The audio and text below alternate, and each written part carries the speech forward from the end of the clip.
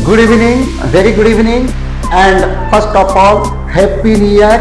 जैसे कि आप लोग सभी जानते हैं, हर उल्लास जो होता है हम लोग प्रत्येक 1 जनवरी को बहुत बेहतर तरीके से लेते हैं, लेकिन यहाँ स्टूडेंट के लिए सबसे जो खुशहाल का दिन होता है और बुरा भी दिन होता है वो है कोई भी चीज़ को मंजिल को पाना। तो जैसे कि आप लोग सभी जानते हैं, अब झारखंड का जेट का जो इंटरमीडिएट का एग्जाम है वो समय आ चुका है, आपका उल्टा दिन चालू हो चुका है। अब केवल आपके पास बचा है गिनकर 40 या 42 या 3 डेज। इसी के बीच में आप बेहतर कैसे सिलेबस को तैयार कर सकते हैं, मैं आपको अपने यूट्यूब के जरिए बिल्कुल ईजी वे से बताना चाहता हूँ।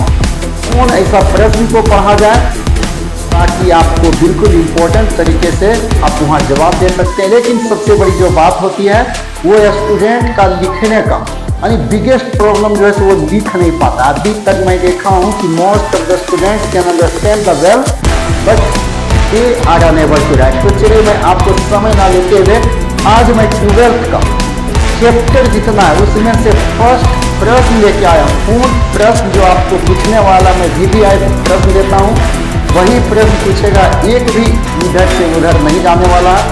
तो आज का द लास्ट लेसन चैप्टर का फर्स्ट लॉन्ग क्वेश्चन लेकर आए। अगर एक लॉन्ग को आप देख लेते तो उसमें 5 से 7 आपका शॉर्ट क्वेश्चन बनेगा, थोड़ा सा गेस्ट पेपर भी पढ़ लेंगे। तो चलिए मैं इजी वे से आपको समझाना चाहता हूँ हिंदी टू इंग्लिश कैसे बनेगा। तो सबसे पहले आप सिलेबस को समझें।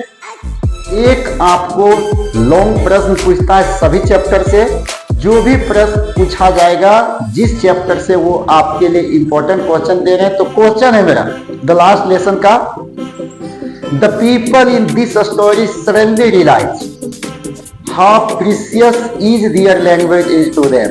जैसे मैं बोर्ड पे भी लिख चुका हूं कि इस कहानी में अचानक लोगों का आभास होता है कि उन लोगों के लिए भाषा कितने जरूरी। What shows you this? इससे आपको क्या दिखाता है and why does this happen? आप सबसे पहले चैप्टर को समरी को पढ़ लें। और अभी तक जब आप एग्जाम का तैयारी में आ चुके हैं तो बिल्कुल आप पढ़ भी चुके होंगे। तो सबसे पहले आप चैप्टर पे ध्यान देंगे। द लास्ट लेसन किसने लिखा है तो आप लोग को पता है एल्फोंस डॉडेट ने इस द लास्ट लेसन को लिखा है। तुम लोग को जितना भी प्रश्न जो पूछा जा रहा है, जितना भी चैप्टर है, लगभग सभी का जो राइटर है उन्हीं का जीवनी है। तो द लास्ट लेसन जो है इसमें क्या है, क्वेश्चन के अनुसार आपको समझना। जैसे कि आप लोग को पता है इस प्रश्न का जवाब कैसे देना है, इसको लिखना कैसे, इसका कहानी क्या है। कम से कम आपको ध्यान रखना है कि लॉन्ग आंसर करने के लिए आपको 120 से 150 वर्ड तक लिखना है, इसलिए घबराना नहीं है। अगर इतना आप लिखने में सक्षम है तो ये 10 मार्क्स का पूछता है।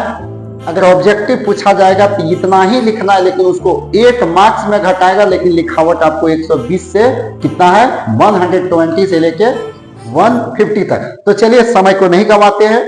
चैप्टर के अनुसार क्या है, the people in this story suddenly realise how precious is their language is to them, what shows you this. तो इसका आंसर क्या होना चाहिए, कैसे हम लोग को लिखना चाहिए। तो चलिए मैं आपको बिल्कुल इजी वे में हिंदी के साथ समझा देते हैं। आप अपना नोटबुक को लेके बैठे और उसको लिख ले, इसी को पढ़ ले। मैं आपको दावे के साथ कहता हूं 100% आपको सफलता मिलेगा। तो चलिए मैं देखता हूं इसका आंसर क्या बनेगा। तो आपके लिए जो है आंसर तैयार है। जैसे कि देखिए द लास्ट लेसन, जब भी क्वेश्चन के अनुसार जब भी आप चैप्टर लिखेंगे तो सबसे पहले ध्यान दें कि कौन सी चैप्टर की बात है। तो the last lesson is written by Alphonse Daudet. क्या है कि द लास्ट लेसन को किसने लिखा है, एल्फोंस डॉडेट ने लिखा है। आप ये अपने तरीके से लाइन को डालें। This story set in the days of Franco Persian war 1870 से लेके 71। ये कहानी जो है सो सेट है, किसका सेट है तो थोड़ा ध्यान दें। This story set in the days of the Franco Persian war, यानी फ्रांस और पर्सिया के बीच में युद्ध हुआ था। कभी कभी आप लोग जब मैच देखते हैं तो अक्सर देखते हैं कि अगर छोटा देश बड़ा देश को हरा देता तो लोगों को शौक आ जाता है। तो इसमें जो है सो पर्सिया जैसा देश जो है सो फ्रांस जो मजबूत देश है उसको हरा देता है। लेकिन ध्यान रहे कि यहाँ बात आता है जर्मनी की, क्योंकि पर्सिया को जो है सो जर्मनी वाला मदद करा था। जैसे पाकिस्तान को कभी अमेरिका, तो कभी चीन, तो कभी कौन मदद किया, और हमेशा उसको फायदा दिया। तो यहाँ जो है सो France was defeated by Germany. अब क्या हुआ कि फ्रांस जो है सो जर्मनी से हार गया, क्योंकि वो पर्सिया का सपोर्ट किया हुआ था। जब वो हार गए तो उसका 2 डिस्ट्रिक्ट था। थोड़ा आप अगर समरी पढ़े होंगे तो ध्यान दें। 2 डिस्ट्रिक्ट कौन था? एक था एलसेस और दूसरा था लॉरेन। 2 डिस्ट्रिक्ट पे वो कब्जा कर लिया। कहां कहां?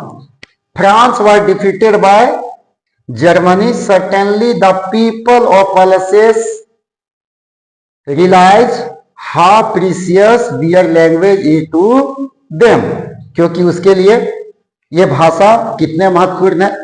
जैसे हम लोग झारखंड का रहने वाले, झारखंड का भाषा झारखंडी मीन्स खोरठा। अगर कहीं बिहार वाला कब्जा कर ले झारखंड पे और वो बोले कि आज के बाद आप लोगों को कौन सी भाषा बोलना है?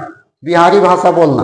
भले हम लोग खोरठा कम बोलते हैं, अच्छे अच्छे जगह में नहीं बोलते, लेकिन बोल रहे। अभी के टाइम में बहुत फेमस हो गया खोरठा में। अभी क्या एग्जाम भी होने लगा, तो हम लोग वैसे टाइम में क्या चाहेंगे कि नहीं, मैं अपना जो भाषा उसको बोले, यानी उसके प्रति क्या हो जाना, लगा हो जाना। इसलिए क्वेश्चन था। तब France was defeated by Germany. Certainly the people of Alsace suddenly realise how precious is their language is to them, क्योंकि यहां ध्यान देना है, Alsace and Lorraine fall into the hands of Prussia. 2 district जो है सो किसके हाथ में चला गया? Prussia. An order has comes. अब एक आदेश आता है, कहां से? जर्मनी का राजधानी जो है सो वो है बर्लिन। वहां से एक आदेश आता है कि they are to teach only German. यहां फ्रेंच भाषा, जैसे कि आप लोग जानते हैं फ्रेंच भाषा भी काफी पॉपुलर भाषा, लेकिन वहां बोलता है कि अब आप लोगों को जर्मनी भाषा पढ़ना है। चलिए आगे आंसर देखते हैं क्या है। अब थोड़ा सा और आगे ध्यान देंगे। They are to teach only German in the schools there. अब क्या है? आदेश आ गया बर्लिन से कि अब एलसेस और लॉरेन के स्कूल में केवल और केवल क्या पढ़ा जाएगा? जर्मन भाषा पढ़ा जाएगा। The people of Alsace and Lorraine. लेकिन यहां एक ही बात आ रहा है, the people of Alsace were earlier different to their language, grammar and literature. कभी कभी क्या होता है, अपना भाषा पे उतना ध्यान नहीं रहता, लेकिन अचानक अगर कोई खो जाता है तब पता चलता है कि कितना दिक्कत है। तो जब इनका भाषा अपना नहीं रहा तो उन लोगों का जो है सो अपने यानी फ्रेंच भाषा के प्रति क्या हो गया? प्यार हो गया, लगाव बढ़ गया, जो पहले ऐसा नहीं सोचते थे। जैसे आगे दिया गया है, they develop a need for love for French. M Hamel said that. यहाँ का लैंग्वेज आपका ये जो है, अगर आप किताब में पढ़ोगे बिल्कुल सही दिया गया है। एम हेमेल जो वहां का क्लास टीचर थे, बहुत अच्छे तरीके से अल्फोंस डोडेट को पढ़ाए थे। उनको अपने भाषा के प्रति कभी ध्यान नहीं था। अगर आप समरी पढ़ेंगे तो सब कुछ पता चल जाएगा। आप अगर एग्जाम का तैयारी करें तो थोड़ा सा क्या है, ध्यान तो देना ही होगा। तो एम हेमेल ने बहुत अच्छे तरीके से क्लियर कर देते हैं कि French is the most beautiful language in the world. यानी कहना है कि फ्रेंच जो है सो दुनिया का सबसे सुंदर भाषा है। It is the clearest and logical language. यानी ये तर्कपूर्ण है। सचमुच में फ्रेंच लैंग्वेज यहाँ हम लोगों को छोटे प्लेस में पता नहीं चलता है, लेकिन जिनका जर्मन लैंग्वेज बहुत अच्छा पकड़ है, जैपनीज लैंग्वेज बहुत अच्छा पकड़ है, वो विदेश से कॉल सेंटर में अच्छा जॉब कर लेता है। तो ये क्या बोल दिए कि ये क्लियरेस्ट और लॉजिकल लैंग्वेज है। यहां तक कि गांव के लोग भी, even the villagers either accept the M Hamel views. यानी एम हेमेल का जो व्यूज है, यानी विचार को वो लोग एक्सेप्ट करते हैं। और वो लोग कहां आके बढ़ जाते हैं? So villagers came and seat in the back benches. जब इनका फेयरवेल था, जैसे क्वेश्चन के अनुसार आप थोड़ा सा पकड़िए, अगर आप नहीं पढ़े तो एक बार किताब को जरूर पढ़ ले। इसमें यही दिखाया, सभी गांव वाले को बुलाया गया था, सभी स्टूडेंट को बुलाया गया था कि आज जो है सो एक आप लोगों के बीच में इंपॉर्टेंट मीटिंग है, जब उनको बताया गया कि ये हम लोग का अंतिम भाषा है, इसलिए चैप्टर का नाम दिया गया द लास्ट लेसन। चलिए 4 लाइन और देखते हैं क्या आगे बोलते हैं। आप यहां से चाहें तो बिल्कुल इजी वे से ऑब्जेक्टिव क्वेश्चन को पकड़ लेंगे, शॉर्ट क्वेश्चन को भी पकड़ लेंगे कि ये युद्ध कब हुआ था। फ्रैंको पर्शियन वार 1870 से लेके 71 तक। तो चलिए थोड़ा सा और आगे देखते हैं। In this way they show their language that is there no more. यानी इस प्रकार से वो दिखाते हैं कि अब उनका भाषा अब अपना नहीं रहा। अब थोड़ा सा पैराग्राफ को चेंज कर देना है।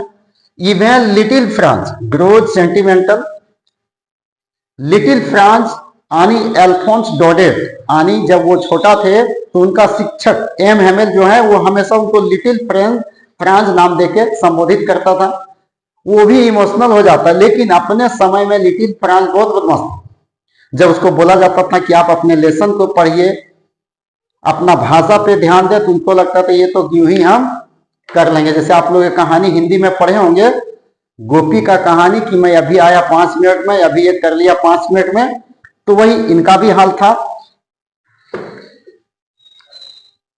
Because this is his last lesson in French, क्योंकि ये उनका अंतिम पाठ था। जब वो सुने, जैसे एम हेमेल बताए कि this is the last lesson, तो सबसे पहले लिटिल फ्रांस जो है सो शॉक्ड हो गए। क्या ये हमारा अंतिम बार है जो हम अपने शिक्षक को देखेंगे, ये अंतिम विषय भी है, ये कैसे हो सकता है। तब उनको अपना भाषा के प्रति प्यार भी बढ़ गया। अपना शिक्षक से जो अलग हो रहे थे वो भी उनको इमोशनली हो गए, इसलिए वो हमेशा मारते थे, वो मार को भूल गए। बहुत ऐसे बच्चे कभी कभी जब टीचर मारते हैं तो उनको लगता है क्या वो गलत है, लेकिन जैसे जैसे उनके अंदर में सेंसिबिलिटी आ जाता तो वो लगता है कि नहीं, हमारे शिक्षक ही सही है, हम गलत है। तो यहाँ जो है इनको अब अफसोस होता है, और वो इस बात को बार बार अफसोस करते हैं कि अब हम अपने शिक्षक को अधिक नहीं देख पाएंगे, ना अपने भाषा को पढ़ पाएंगे, क्योंकि उनका भाषा जो है सब क्या हो चुका था, बदल चुका था, और वहां फ्रेंच के जगह जर्मन भाषा सीखना था। तो ये है आपका द लास्ट लेसन चैप्टर का फर्स्ट। आप एक क्वेश्चन प्रत्येक चैप्टर से उठा ले बेहतर तरीके से, और मोस्ट इंपॉर्टेंट आपके लिए यही होगा कि आप लिखने का कोशिश करें। अभी के टाइम में स्टूडेंट जो है सो लिखना नहीं चाहता, यूं ही सुन के नहीं होने वाला है। तो hi guys, if you are preparing for the JAC 12th examination 2025, then please subscribe my YouTube channel. मैं आपको चाहूंगा कि वही VVI क्वेश्चन दे जो आपका एग्जाम में आने वाला, उतना आप बेहतर तरीके से प्रिपेयर कर ले, रट नहीं देना, प्रिपेयर कर लें, आपको कहीं कोई दिक्कत नहीं होगा। Goodbye and good night for you. Next आपके लिए लेकर आऊंगा स्मॉल आंसर क्वेश्चन और लॉन्ग भी।